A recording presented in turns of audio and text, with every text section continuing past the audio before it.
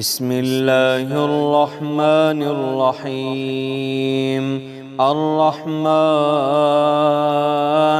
علم القرآن خلق الإنسان علمه البيان. الشمس والقمر بحسبان والنجم والشجر يسجدان والسماء رفعها ووضع الميزان ألا تطغوا في الميزان وأقيموا الوزن بالقسط ولا تخسروا الميزان والأرض وضعها للأنام فيها فاكهة والنخل ذات الأكمام والحب ذو العصف والريحان فبأي آلاء ربكما تكذبان. خلق الإنسان من صلصال كالفخار وخلق الجان من مارج من نار فبأي آلاء ربكما تكذبان. رب المشرقين ورب المغربين فبأي آلاء ربكما تكذبان. مرج البحرين يلتقيان بينهما برزخ لا يبغيان فبأي آلاء ربكما تكذبان. يخرج منهما اللؤلؤ والمرجان فبأي آلاء ربكما تكذبان. وله الجوار المنشآت في البحر كالأعلام فبأي آلاء ربكما تكذبان. كل من عليها فان ويبقى وجه ربك ذو الجلال والإكرام فبأي آلاء ربكما تكذبان. يسأله من في السماوات والأرض كل يوم هو في شأن فبأي آلاء ربكما تكذبان. سنفرغ لكم أيها الثقلان فبأي آلاء ربكما تكذبان. يا معشر الجن والإنس إن استطعتم أن تنفذوا من أقطار السماوات والأرض فانفذوا لا تنفذون إلا بسلطان فبأي آلاء ربكما تكذبان.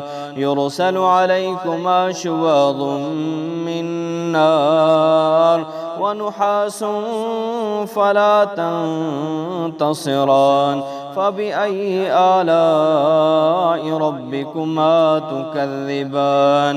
فإذا انشقت السماء فكانت وردة كالدهان فبأي آلاء ربكما تكذبان. فيومئذ لا يسأل عن ذنبه إنس ولا جان فبأي آلاء ربكما تكذبان. يعرف المجرمون بسيماهم فيؤخذ بالنواصي والأقدام فبأي آلاء ربكما تكذبان. هذه جهنم التي يكذب بها المجرمون يطوفون بينها وبين حميم آن فبأي آلاء ربكما تكذبان. ولمن خاف مقام ربه جنتان فبأي آلاء ربكما تكذبان ذواتا أفنان فبأي آلاء ربكما تكذبان فيهما عينان تجريان فبأي آلاء فيهما عينان تجريان فبأي آلاء ربكما تكذبان فيهما من كل فاكهة زوجان فبأي آلاء ربكما تكذبان متكئين على فرش بطائنها من استبرق وجنى الجنتين دان فبأي آلاء ربكما تكذبان فيهن قاصرات الطرف لم يطمثهن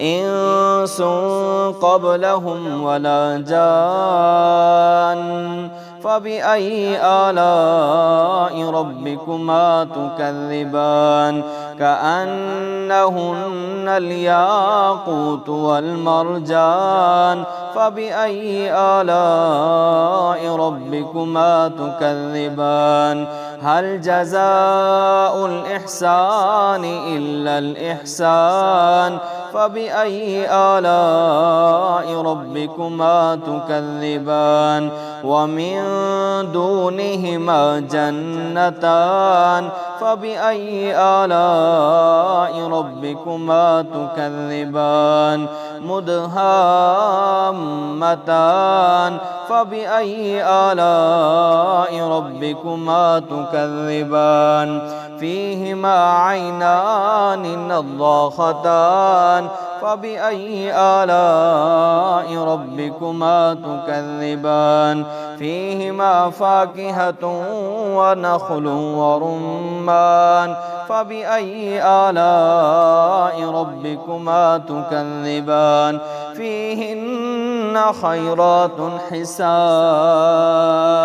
فبأي آلاء ربكما تكذبان حور مقصورات في الخيام فبأي آلاء ربكما تكذبان لم يطمثهن إنس قبلهم ولا جان فبأي آلاء ربكما تكذبان متكئين على رفرف خضر وعبقري حسان فبأي آلاء ربكما تكذبان تبارك اسم ربك ذي الجلال والإكرام.